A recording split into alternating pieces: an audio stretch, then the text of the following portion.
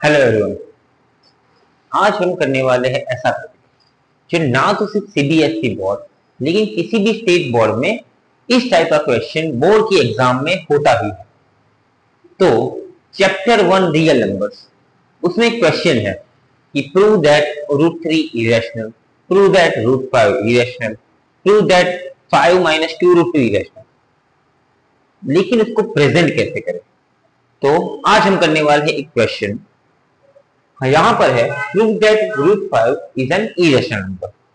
तो यहां पे सबसे पहले याद रखना, कोई भी इस प्रकार का क्वेश्चन आए तो पहले दो सेंटेंस तो सेम ही रहेंगे। Always remember first step, assume whatever given number we have, like here we have root 5, assume root 5 is rational number। मतलब जो भी नंबर यहां पे गिवन होता है उसको पहले अज्यूम करो कि वो रैशनल है। ठीक है, अब कोई भी नंबर रैशनल में हो यानी कि वो p बाय q फॉर्म में हो सकता है। तो अगर रूट 5 रैशनल है तो हम किसी भी फ्रैक्शन यानी कि p बाय q को रूट 5 के फॉर्म में लिख सकते हैं। Is that clear? बट यहां पे आपको एक चीज लिखनी है, इसको नाम दो इक्वेशन 1 और यहां पे मेंशन करना है कि p q आर कोप्राइम्स, मतलब वो दोनों नंबर एक दूसरे से कोप्राइम है, मतलब उन दोनों का कोई कॉमन फैक्टर नहीं है।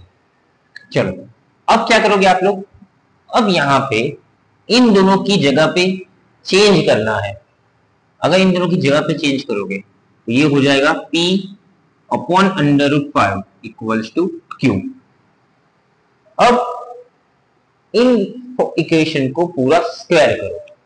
तो यहां पे अगर स्क्वायर करना हो तो p का स्क्वायर क्या हो जाएगा, p स्क्वायर, रूट 5 का स्क्वायर हो जाएगा 5 एंड q का स्क्वायर हो जाएगा q स्क्वायर। अब यहां पे याद रखना, अलग अलग टीचर्स अलग अलग मेथड को फॉलो करते हैं। ठीक है, तो यहां पे हम पूरी एक अलग मेथड फॉलो करेंगे। तो यहां पे न्यूमरेटर में कौन है, तो p स्क्वायर है, तो हमें कंसीडर करना है p।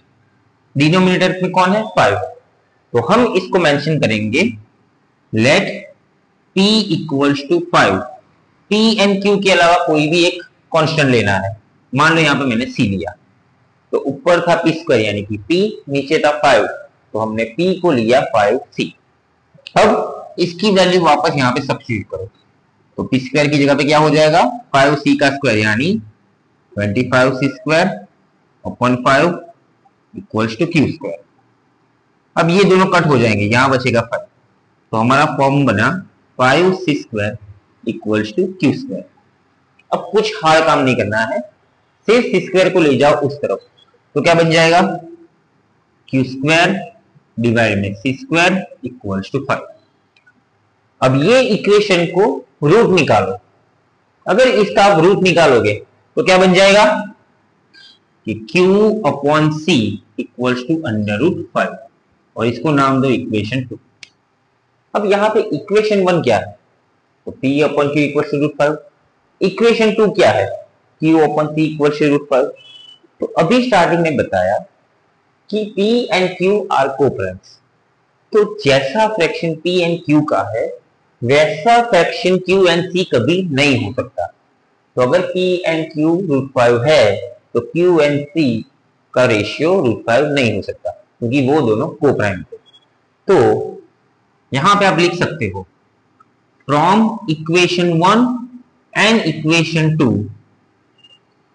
We get p upon q equals to q upon c, which is not possible,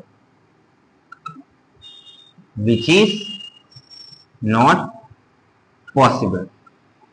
अगर ये पॉसिबल नहीं है उसका मीनिंग क्या हुआ कि ये जो चीज हमने की है वो गलत की है। That implies our assumption is wrong.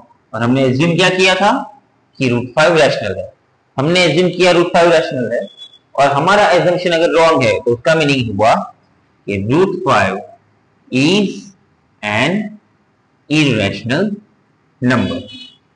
तो इस तरह से हमें किसी भी नंबर को इरेशनल प्रूव करना हो तो ये प्रोसीजर आप पूरी फॉलो करोगे। लेकिन अगर रूट 5 करके रूट 7 हुआ तो यहाँ पे 7 7 7 7, यहाँ पे 49 7 7 7 एंड रूट 7।